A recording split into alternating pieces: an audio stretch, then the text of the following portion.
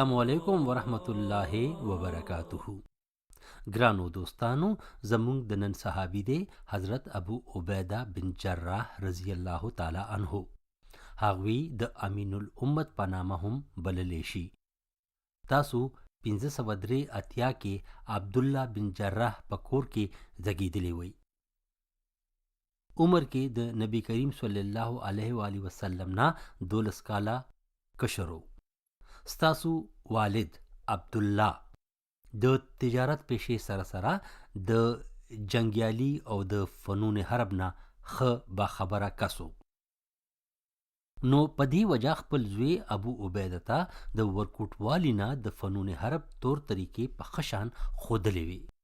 همدغه وجه وه چې تاسو د کم عمر نه په تیراندازۍ شی سواری کې ماهر وئ او سپه سالاري هم ستاسو یو خاص مقام و. د حضرت ابوبکر صدیق رضی الله تعالی عنہ د اسلام روړلو په دویمه ورځ حضرت عثمان او حضرت ابوبکر صدیق رضی الله تعالی عنہ سره د نبی کریم صلی الله علیه و آله وسلم په خدمت کې حاضر شو او د اسلام په دایره کې داخل شو. سیدنا ابو عبیده رضی الله تعالی عنہ د قریش بنو حارث قبیلې سره تعلق لرلو. هغوی ړومبی کسو چې د خپلې قبیلې نه اسلام راوړو او په ټول مسلمانانو کې په 8 نمبر باندې هغوی د اسلام په دایره کې داخل شو. حضرت ابو عبیده رضی الله تعالی عنہ په مکه کې د شروع ورځې نه تر اخره پورې ټول هغه تکلیفات او مشکلات تیر کړي وو او لیدلی وو کم چې شاید په دنیا کې ډیر کم د دین او خاص کار د اسلام پیروکارو تیر کړي دي او یا کتلی دي. همدغه وجه وه چې په دغه دور کې تاسو په خپل مذهب قایم او دایم وئ او د خپل ایمان هیڅ قسمه کمزوري نه وه ښودلې. هر کله چې مسلمانانو هجرت وکړو او د هغې نه پس د جنگ بدر په موقع د کفارو سره جنگ جاری او حضرت ابو عبیده رضی الله تعالی عنہ په دغه جنگ کې شامل او د کفارو په صفونو کې بې یره او بې خوفه ننوتو او د خپلې توریالۍ د زور او د طاقت ښودنه کوله او چې هر طرف ته به د هغوی په لشکر کې ننوتل نو هغوی به یې تتر بتر کړ او د هغوی صفونه به یې مات کړل. د دوی په وجه به ډیر شهسوار د قریشو نه د هغې مخې ته نه راتلل او ډډه به یې کوله او اخوا دیخوا به تښتېدل. خو په دغه کسانو کې یو کس داسې هم هو چې کوم به هر طرف ته نه د دوی مخې له راغې او توره به یې راویستې وه او حضرت ابو عبیده رضی الله تعالی عنہ ته به یې مخنیوله کوله. خو حضرت ابو عبیده رضی الله تعالی عنہ به ځان ته په ډډه کو او هغه له به مخه ورکا. خو دغه کس د خپل حرکت نه منع کېدو او کوشش به کولو چې حضرت ابو عبیده رضی الله تعالی عنہ باندې حمله وکړي او هغې قتل کړي. او هر کله چې په دریم ځل دا کس مخکې له راغی نو ابو عبیده رضی الله تعالی عنہ د ډډې کوشش کولو خو هغه ورته ټولې لارې بندې کړې او نیغ په نیغه ورته ودرېدو او د توري گزارونه په ابو عبیده رضی الله تعالی عنہ کول. خو ابو عبیده رضی الله تعالی عنہ دې ځله صبر ونه کړی شو او د خپلې د توري په یو وار باندې د هغه سړي سر 2 ټوټې کو او مړی کو. دا کس نور څوک نو خو د هغوی پلار د هغوی خپل پلار عبدالله بن جراح. خو د اسلام په لاره کې ابو عبیده رضی الله تعالی عنہ د خپل پلار هم پروا ونه کا بلکې د پلار په بدل اسلام او د الله رسول خوښ کو او هغې قتل کو. د دوی په دغه کار باندې الله تعالی قرآن کې د هغې په هکله یو آیات هم راولېږلو چې څه کې دا بیان شوی دی چې داسې خلک کم دي چې د الله تعالی د پاره خپل خپلوان او مور پلار هم پریږدي او د قیامت په ورځ به دغه کسان او د دې ځای جنت الفردوس وي. حضرت محمد جعفر رضی الله تعالی عنہ فرمایي چې یو ځل د نجد د عیسایانو یو وفد د نبی کریم صلی الله علیه و آله وسلم په خدمت کې حاضر شو. هغوی رسول علیه السلام ته او فرمایل چې تاسو مونږ له یو صحابي راکئ کم چې امانتدار هم وي او د اسلام پوهه هم لري، ځکه چې یو خو مونږ سره د جزیه حساب کتابو کې او بل خبره دا چې هر کله زمونږه په خپلو کې څه مسله را پیښه شي نو هغه هم راله په انصاف سره سرته ورسوي او مونږ د دې خبرې تصدیق هم کوو چې مونږ د اسلام او د مسلمانانو انصاف خوښو. رسول الله سلام د نجد خلکو ته وویل چې د ماښام مون نه پس به زه تاسو له داسې کس حواله کم چې طاقتور هم دی او دیانتدار هم دی. او دا خبره 3 ځله عرض کا. دلته حضرت عمر رضی الله تعالی عنہ فرمایي چې هر کله ما د نبی علیہ السلام د خلی مبارک نه د دغه کس دومره تعریف واوریدو نو زړه کې مې دا خیال راغو چې ګینه دا خبرې نبی علیہ السلام زما په حق لکې. نو دې دپاره زه د مازدیګر مون نه زر راغلم چې شاید زما په حق به دا حکم وشي او زه به منتخب کړی شم. هر کله چې نبی علیہ السلام د مانځه نه فارغه شو نو اخوا دې خوا یې وکتل او دې کې حضرت ابو عبیده رضی الله تعالی عنہ باندې نظر پریوتو. نو هغوی ته آواز وکړو او ورته نصیحت وکړو چې ته دې خلکو سره لاړ شه، په خپلو کې او د دوی خلکو په منځو کې ټولې فیصلې انصاف سره کوه. دغه رنګې حضرت ابو عبیده رضی الله تعالی عنہ د دغه خلکو سره منتخب شو. حضرت عمر رضی الله تعالی عنہ فرمایي چې په دغه وخت ما دا خبره وکړه چې نن حضرت ابو عبیده رضی الله تعالی عنہ زمونږ نه مخکې شو. حضرت ابو عبیده رضی الله تعالی عنہ د دیانت او امانت په اعلی مرتبه ټول عمر ناستو، خو دې سره هغوی کې د مشرۍ، بهادرۍ او د سپهسالارۍ ټول خصوصیات ډیر په ښه شان موجود او هغې نه کار اغستو. نبی علیہ السلام یو ځل نورو صحابه کرامو سره حضرت ابو عبیده رضی الله تعالی عنہ د قریشو په یو قافلې باندې حملې دپاره ولیږلو او هغوی د دغه لشکر امیر مقرر کو. په واپسۍ کې تاسو نه لاره غلطه شوه او تاسو سره ډیر خوراک کم شو، نو تاسو خپل صلاحیت په وجه داسې راشن بندي وکړه چې لشکر د لږې تندې د لاسه مړه نشو، شهیدان نشو او هر یو کس له یو کجوره او د اوبو یو څو ګوټه مقرر کړل او همدغه رنګ د هغوی ټولو ژوند بچ شو. په غزوه بدر کې هر کله چې عارضي طور باندې د کافرانو د لاسه ماتې وخوړلی شو نو مشرکانو خپل ټول زور ولګولو چې نعوذ بالله د الله رسول قتل کی. خو حضرت ابو عبیده سره د نورو لسو کسانو د رسول علیه السلام نه را چاپریره ولاړو او د تورو او د غوښو ګزارونه په خپلو سینو ایسارول او د کفارو هر قسمه حملې نه نبی علیہ السلام بچ کولو. خو بیا هم د نبی علیہ السلام یو غاښ شهید شو، په جسم هم زخمونه راغلل او تندې هم زخمی شو او د خود 2 کاړی د اوسپنې د هغوی په رخسار مبارک کې خښې شوې.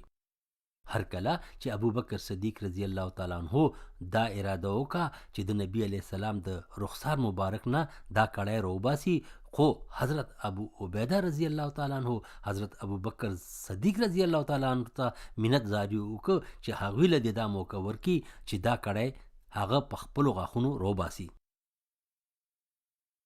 نو حضرت ابو بکر صدیق هغې له اجازت ورکو چې هغې د رسول الله سلام د مخ نه کړی روباسي.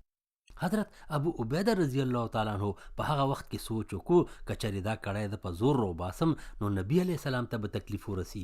نو هغې دا اراده وکړه چې دا کړی به په غاښونو په زور باندې د هغې د مخ مبارک نه روباسي. نو خپل یو غاښ باندې هغه کړی ونیوه او په جټکې سره یې راښکله. کړی د نبی علیہ السلام د رخسار نه راووتله، خو ورسره د ابو عبیده رضی الله تعالی عنہ غاښ هم مات شو او بهر را پریوتو.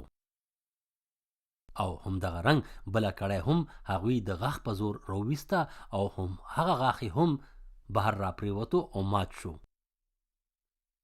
خو د نبی علیہ السلام د رخسار مبارک نه دواړه کړی راوویستې. حضرت ابوبکر صدیق په یو موقع فرمایل چې حضرت ابو عبیده بن جراح د خپلو مخکې غاښونو نه بغیر ډیر ښایسته او ښکلی ښکاري. حضرت ابو عبیده رضی الله تعالی عنه سره د نبی کریم صلی الله علیه و آله وسلم په ټولو غزواتو کې برخه اغستې وه. هر کله چې نبی علیه السلام په حق ورسېدو نو هغې نه پس په مهاجرو او انصارو کې د خلافت په هکله کومه مسله چې راپېښه شوه نو د فیصلې په اخره کې حضرت عمر رضی الله تعالی عنه ودرېدو او وی فرمایل چې ابو عبیده خپل لاس را مخکې کا چې زه پې بیعت وکم، ځکه چې یو ځل ما د نبي علیه السلام نه اورېدلي وو چې د هر یو امت یو امین وي او زمونږ د امت امین حضرت ابو عبیده رضی الله تعالی عنه دی، نو د دیوی حق دی چې دوی دی د امت المسلمین خلیفه شي. خو په دې خبره ابو عبیده رضی الله تعالی عنه یکدم ودرېدو او انکار وکړو او وی فرمایل چې دا څنګه کېدی شي چې حضرت ابو بکر صدیق رضی الله تعالی عنه عمر عظیمه هستی په موجودګۍ کې زه خلیفه مقرر کړی شم. حضرت ابو بکر صدیق رضی الله تعالی عنه د رسول الله سلام په ژوند کې زمونږ امامو او هغوی مقرر کړی وو، زه د دې خبرې اړو سوچ هم نشم کولی. د دې نه پس آخر کې ټولو په شریکه ابو بکر صدیق رضی الله تعالی عنه په لاس باندې بیعت وکړو او دغه رنګ سقیفه بني سعد کې د خلافت فیصله وکړې شوه. د دغه موقع تفصیلا واقعات به انشاءالله د حضرت ابو بکر صدیق رضی الله تعالی عنه د سیرت په موقع عرض کوم. حضرت ابو عبیده رضی الله تعالی عنه د ابو بکر صدیق او د حضرت عمر په خلافت کې د هغوی وزیرو او د هغوی مشیر خاصو او د هغوی هر قسمه فیصلې به په سر او خپو منله. البته چې هر کله د حضرت عمر رضی الله تعالی عنه دور خلافت راغلو نو په آخر کې د هغوی یو حکم یې ونه منلو او دغه واقعه څه په دې شان وه.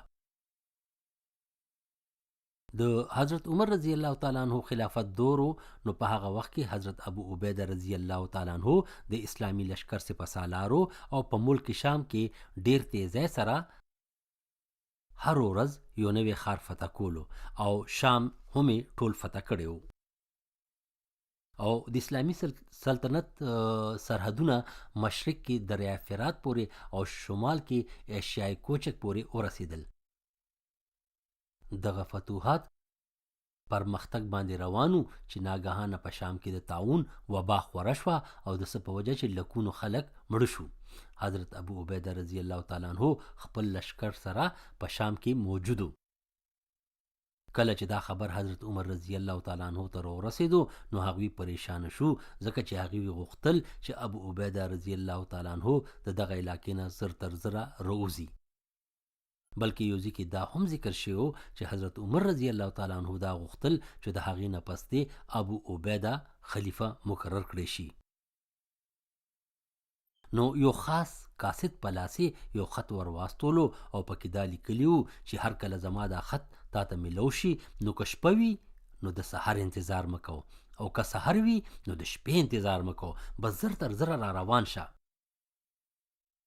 کله چې دا خط حضرت ابو عبیده رضی الله تعالی عنه ته ملو شو نو هغوی وفرمایل چې ما ته معلومه ده چې د امیر المؤمنین ما سره څه ضروري کار پیښ شو. په اصل کې هغه دا کس یعنی ابو عبیده بچکول غواړي، کم چې په دې دنیا کې ټول عمری به ژوندی نه پاتې کیږي او یو ورځ به مري. او بیا د هغې نه پس حضرت عمر ته دارنګې خط ولیکلو: یا امیر المؤمنین، ما ته معلومه ده چې ستاسو ما سره څه ضروري کار دی. په دې وخت زه په لشکر اسلام کې یم او نن چې مسلمانان په کم حالت کې ګیر دي زه په دې نازک حالت کې هغوی نشم پرېښودی او نه زه د هغوی نه جدا کېدل غواړم. زه تر هغه وخته پورې انتظار کوم کله چې الله تعالی به زما او د دې منځ کې څه فیصله وکړي.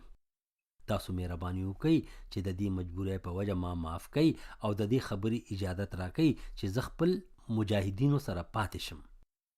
کله چې حضرت عمر فاروق رضی الله تعالی عنہ ته خط ملاو شو نو د هغوی د سترګو نه اوښکې روانې شوې او په ژړا شول. د هغې نه ګیر چاپېره نور صحابه کرام چې کوم ناستو تپوس یې وکړو چې خیر خو دی ولې ابو عبیده رضی الله تعالی عنہ په حق ورسېدو. نو په جواب کې ورته حضرت عمر رضی الله تعالی عنہ فرمایل چې نه مرګې هغوی ته ډیر نږدې شو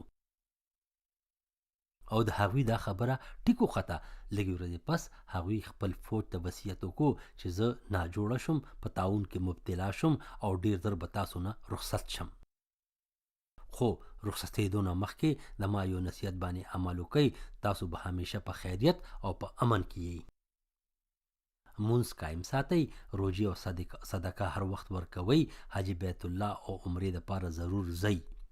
یو بل ته د ښه خبرو تلقین کوئ د خپلو حکمرانانو خبره منئ او هغوی له دوکه مه ورکوئ او دا خیال لرئ چې هسې نه د دې دنیا نه دا دنیا تاسو د دین نه غافله کي. زما خبره یاد لرئ که چېرې یو کس 1000 کاله ژوندی وي نو بیا به هم د هغه انجام مرګ وي لکه چې نن زما دی او مرګ نه پس به هیڅ یو کس نه بچ کیږي. په ټول فوج زما سلام او تاسو ټولو باندې د خدای ذوالجلال والاکرام د طرفه رحمت وي. او د دې نه پس هغې حضرت معاذ بن جبل ته مخاطب شو او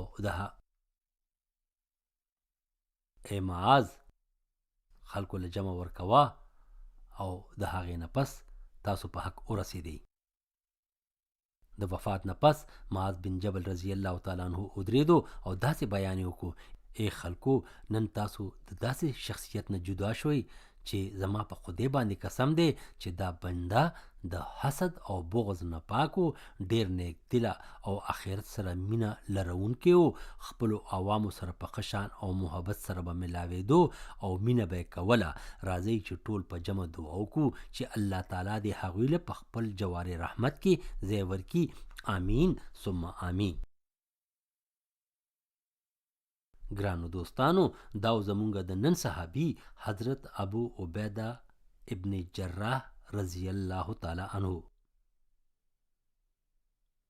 زما عزتمندو تاسو ته دا درخواست کوم چې مهرباني وکئ تاسو ما ته خپله رای ضرور څرګندوئ او زما غلطیانې ما ته په ګوته کوئ.